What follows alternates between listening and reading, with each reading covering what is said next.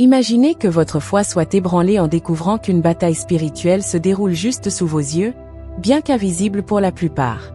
Dans des visions qui ont transformé ma vie, Dieu m'a révélé des forces sombres qui s'agitent à travers les réseaux sociaux, les dépendances cachées, l'orgueil qui gangrène les églises et l'idolâtrie du quotidien. Ce sont des influences subtiles, mais puissantes, qui éloignent les gens de Dieu sans qu'ils s'en rendent compte.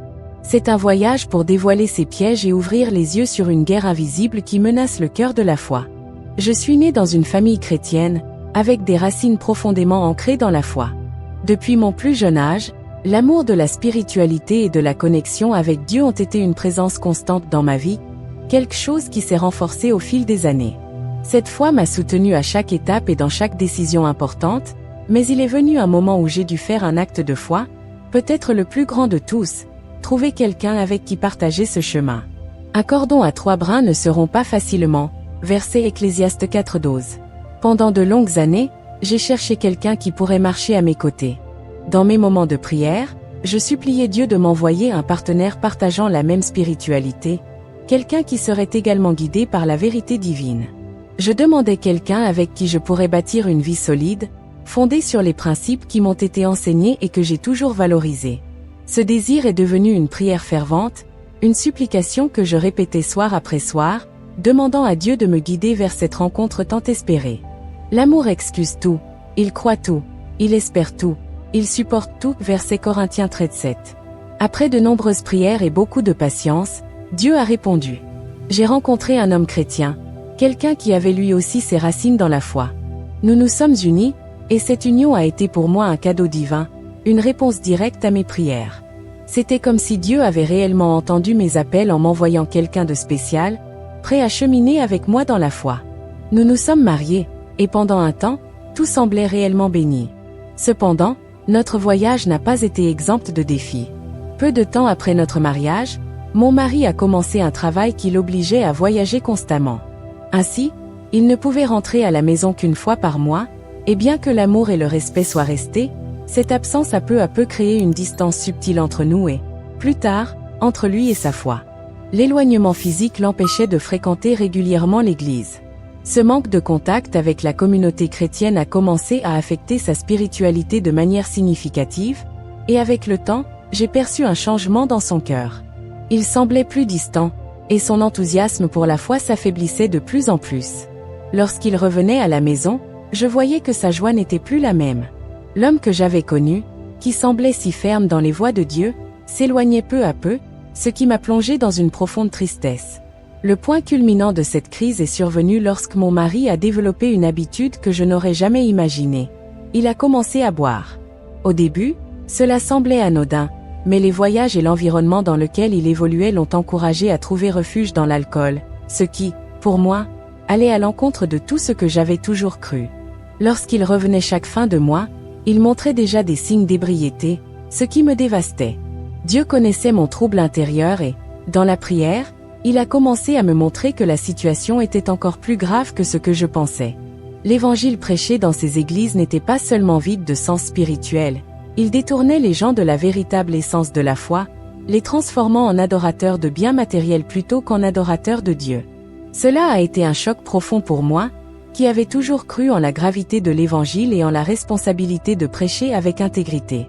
Méfiez-vous des faux prophètes.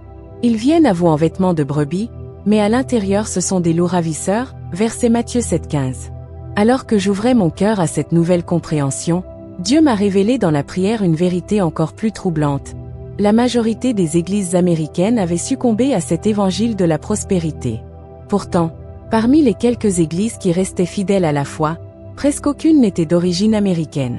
La plupart étaient fondées par des immigrants de pays d'Amérique latine, comme la Colombie, le Mexique et le Brésil, qui préservaient encore un amour sincère pour la parole de Dieu et une véritable dévotion au ministère.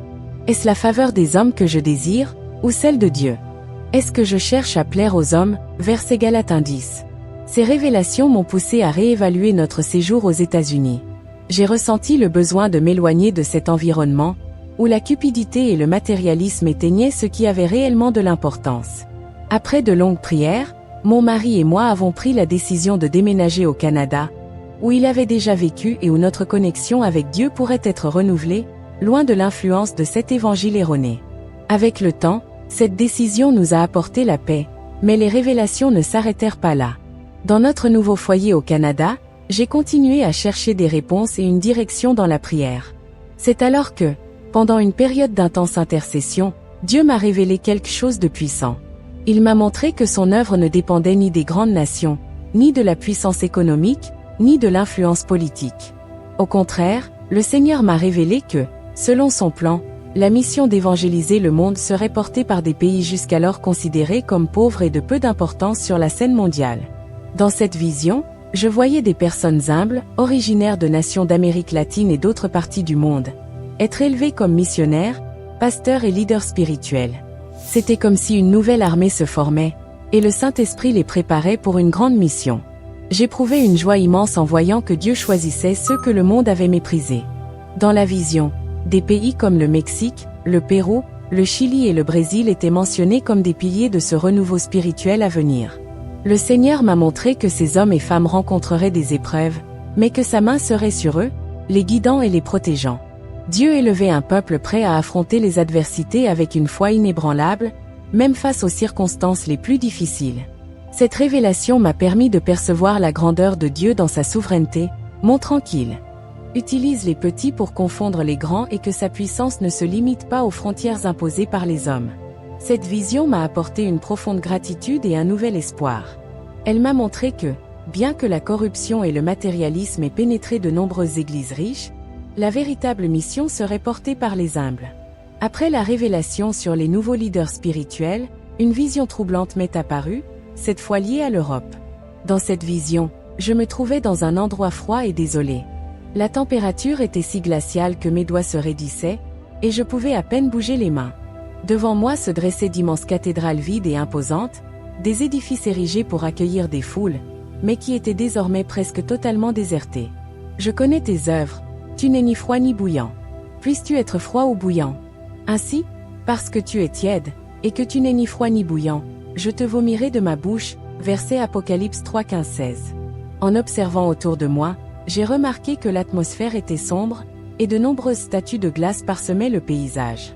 Rapidement, j'ai compris que ces statues représentaient les cœurs des chrétiens européens, gelés par une froide spirituelle, ayant perdu leur amour pour Dieu et pour sa parole.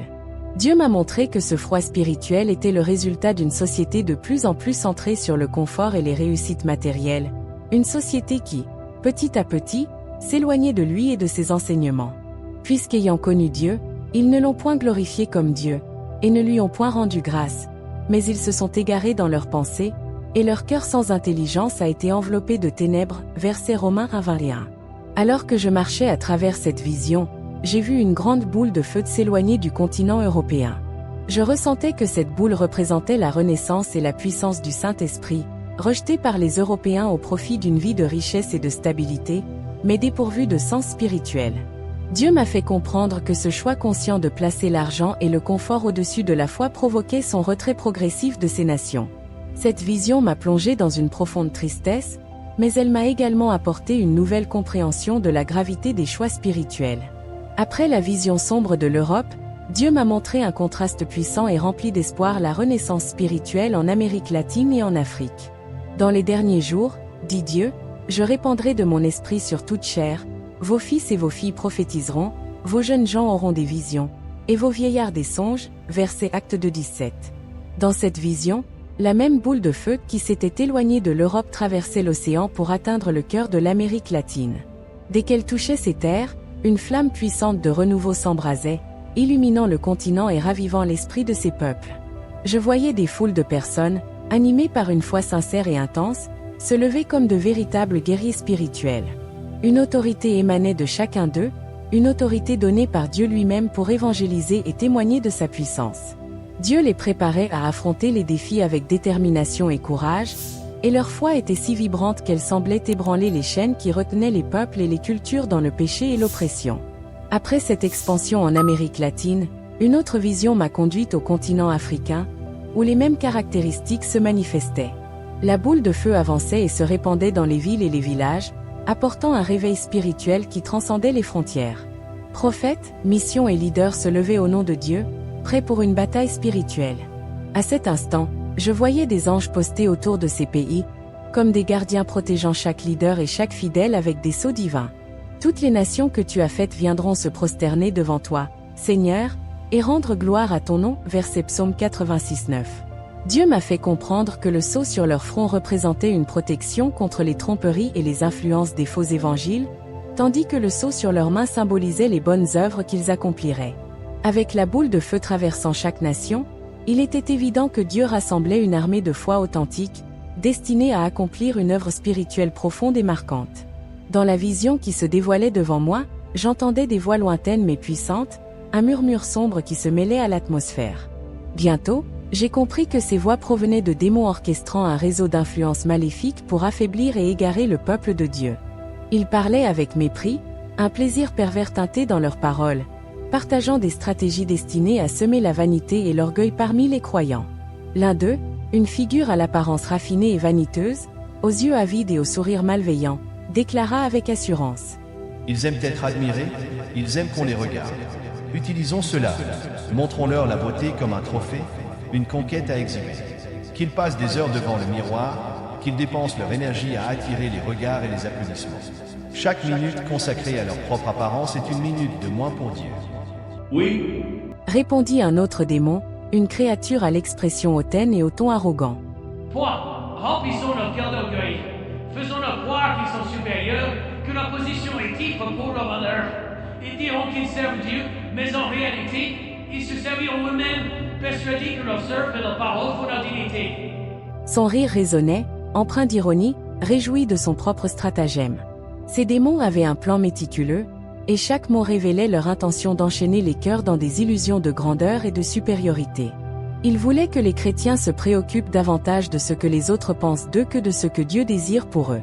Ils espéraient transformer chaque vêtement en objet de compétition subtile, où chacun cherche à être plus spirituel que l'autre, s'éloignant ainsi du véritable esprit d'humilité et de service. Remplissons leur cœur du désir d'être vénérés. Continua un démon avec dédain. Instillons en eux la soif de pouvoir et d'influence sur les autres. Qu'ils croient que c'est cela, le leadership spirituel. Qu'ils exigent le respect sans le mériter. S'ils sont leaders, qu'ils gouvernent d'une main de fer sous le couvert de l'autorité divine. Qu'ils ne voient pas que c'est de la tyrannie et qu'ils continuent à croire qu'ils accomplissent le plan de Dieu. L'orgueil les aveuglera et ils ne réaliseront même pas quand nous aurons pris le contrôle. Puis, un troisième démon, d'une apparence provocante, ajouta. Je m'occuperai des femmes. Je les inciterai à se perdre dans la vanité et la luxure. Je veux qu'elles cherchent sans cesse à être au centre de l'attention, qu'elles deviennent obsédées par chaque détail de leur apparence, comme si leur beauté était tout ce qui comptait.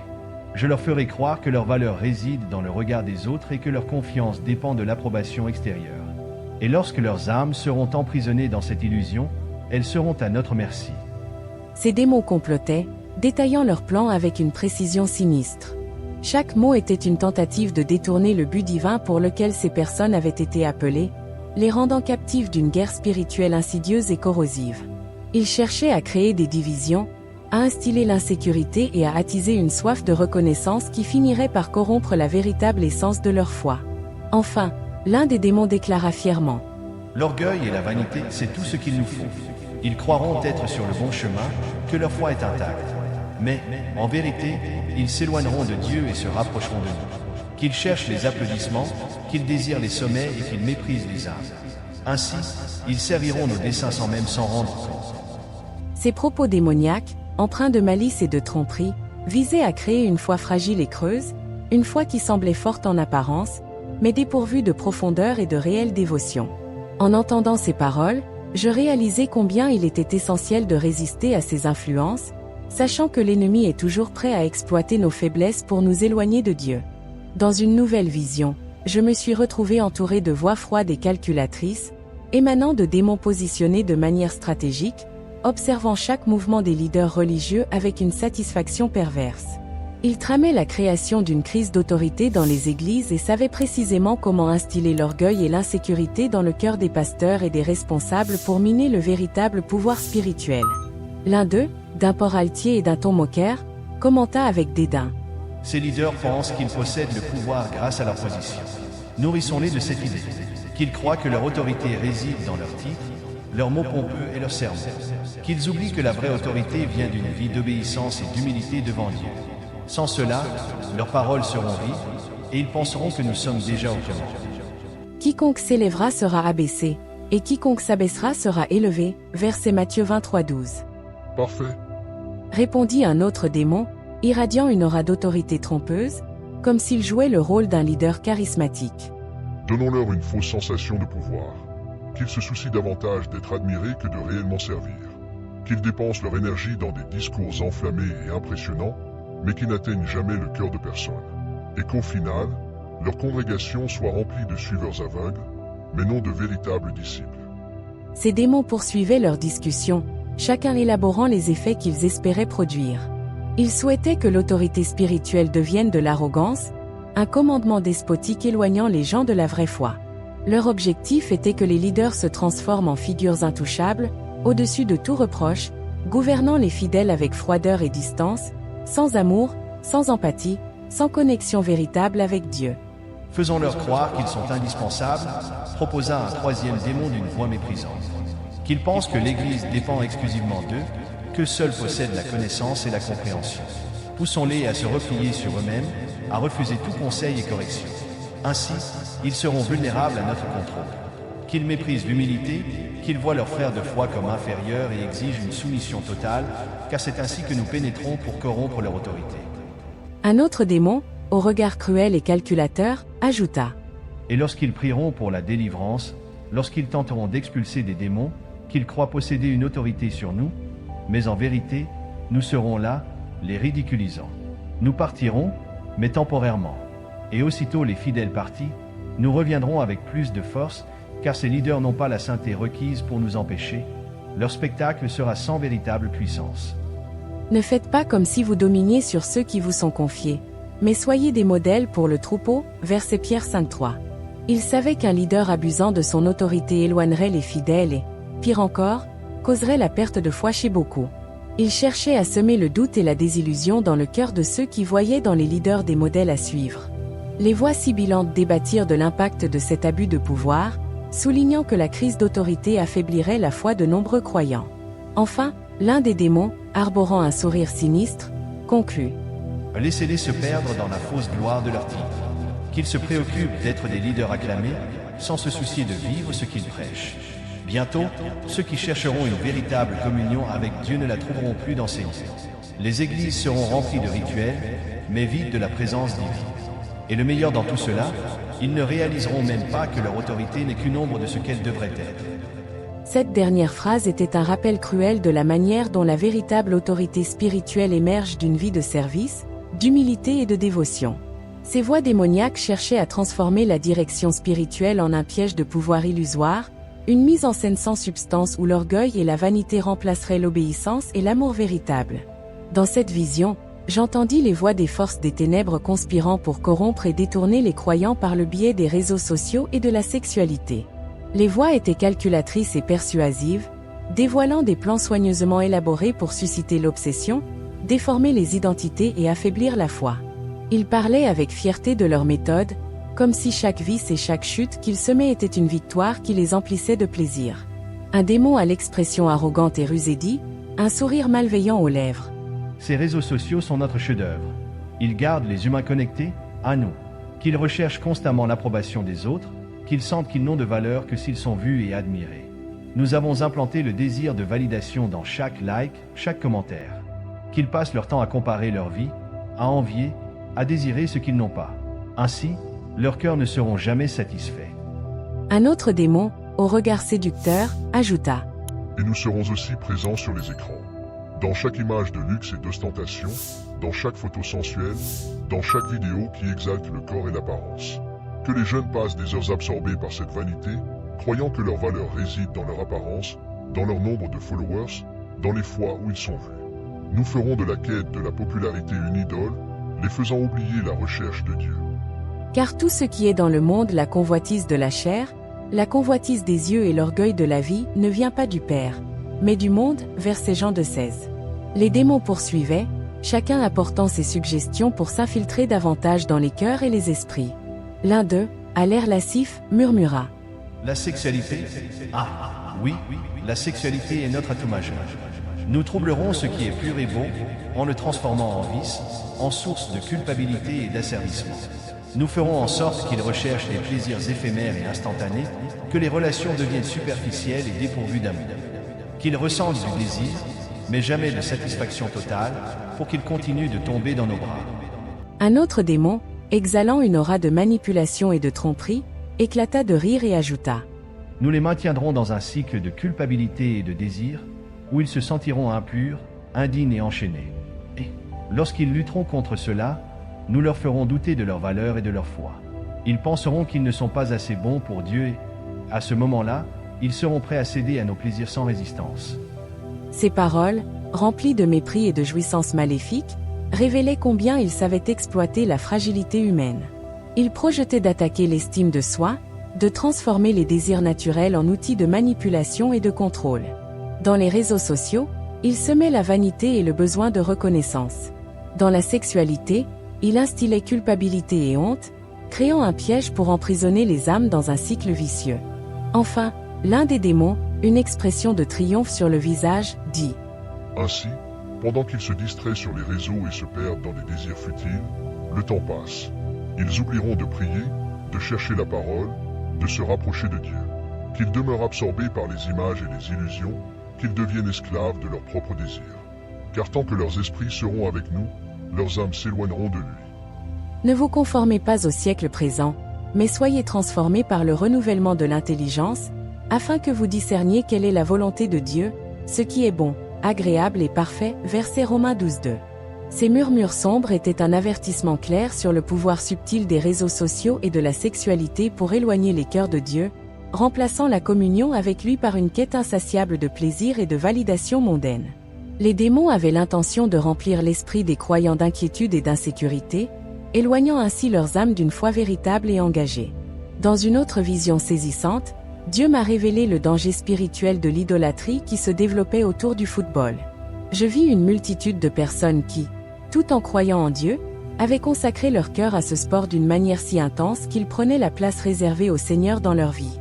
Ces individus ne se contentaient pas d'encourager leur équipe pour le plaisir, leurs clubs de football étaient devenus de véritables objets de culte, contrôlant leurs émotions et guidant leurs actions de manière obsessionnelle. Dans la vision, je me trouvais dans un stade bondé, où le bruit assourdissant des cris euphoriques de la foule résonnait comme un cœur d'un culte idolâtre. Au centre, je vis une figure démoniaque, imposante, tenant un ballon de football tel un trophée, recevant les chants et les acclamations des spectateurs comme des louanges. Dieu me fit comprendre que le fanatisme sportif, dans de nombreux cas, dépassait l'admiration et se transformait en une véritable idolâtrie. En observant plus attentivement, je remarquai que beaucoup de ces supporters avaient fait des sacrifices financiers et émotionnels pour suivre leurs équipes favorites, allant jusqu'à négliger l'aide aux plus démunis et même leurs engagements spirituels.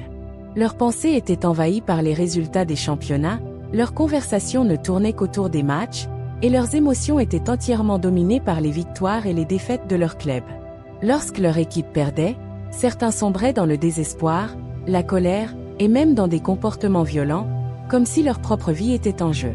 Cette vision m'a révélé clairement que, pour beaucoup, le football était devenu un dieu moderne, volant le temps, le zèle et la dévotion qui devraient être réservés à Dieu.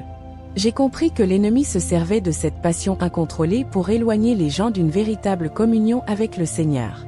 Car là où est ton trésor, là aussi sera ton cœur. Verset Matthieu 6:21. Dans la dernière vision, Dieu m'a montré un tableau qui, de prime abord, semblait familier. Un groupe de personnes rassemblées dans une église. Mais en y regardant de plus près, j'ai perçu quelque chose d'étrange. Ces personnes n'étaient pas là par un engagement authentique envers la foi, mais par habitude, par convenance ou par crainte du jugement social. Ils se disaient chrétiens, mais leur cœur était loin de Dieu, leurs actions ne reflétaient pas les enseignements du Christ, et leur vie était en contradiction avec la foi qu'ils déclaraient. L'atmosphère était chargée d'une apathie spirituelle. Alors que certains se levaient pour chanter, leurs yeux étaient vides, leurs paroles dénuées de sens. Plus que des adorateurs, ils étaient spectateurs, présents physiquement mais absents en esprit. Dieu m'a révélé que beaucoup de ceux qui se considéraient membres de l'Église croyaient être sauvés simplement parce qu'ils assistaient au culte ou s'identifiaient comme chrétiens, alors que leur vie ne témoignait pas d'un engagement réel envers l'Évangile. J'ai aussi observé que, pour ces personnes, L'appartenance à l'Église était une question de statut, quelque chose qui leur donnait une image respectable sans toutefois provoquer de réelles transformations. En quittant l'Église, elles vivaient comme si elles n'avaient jamais entendu la parole, et leur manque de profondeur spirituelle les maintenait dans un état de stagnation et de frustration. À la fin de cette vision, Dieu m'a mis en garde contre le danger de ce manque d'engagement authentique.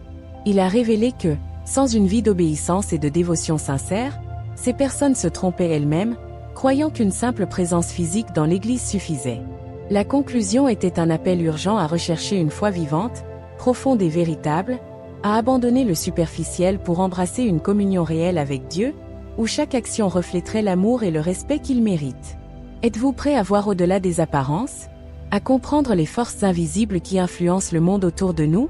Chaque choix, chaque passion, chaque distraction peut nous rapprocher ou nous éloigner de Dieu. Voici une opportunité de s'éveiller à la réalité spirituelle qui nous entoure et de reprendre en main notre foi. Ne laissez pas les influences subtiles voler ce qui est sacré. Joignez-vous à ce voyage de révélation et protégez ce qui a réellement de la valeur. Ouvrez les yeux, fortifiez votre foi et préparez-vous pour un combat que vous ignoriez mener. Merci d'avoir suivi cette série de révélations avec nous. Si ce message a touché votre cœur et vous a apporté une nouvelle perspective, n'oubliez pas de laisser un like, cela nous aide à diffuser ce contenu à davantage de personnes. Abonnez-vous à la chaîne pour continuer à recevoir des réflexions et des révélations qui renforcent la foi et nous aident à voir au-delà des apparences. Et surtout, nous voulons connaître votre avis. Partagez ce qui vous a le plus marqué dans les commentaires et n'hésitez pas à partager vos propres expériences. Votre participation est essentielle pour nous. À très bientôt.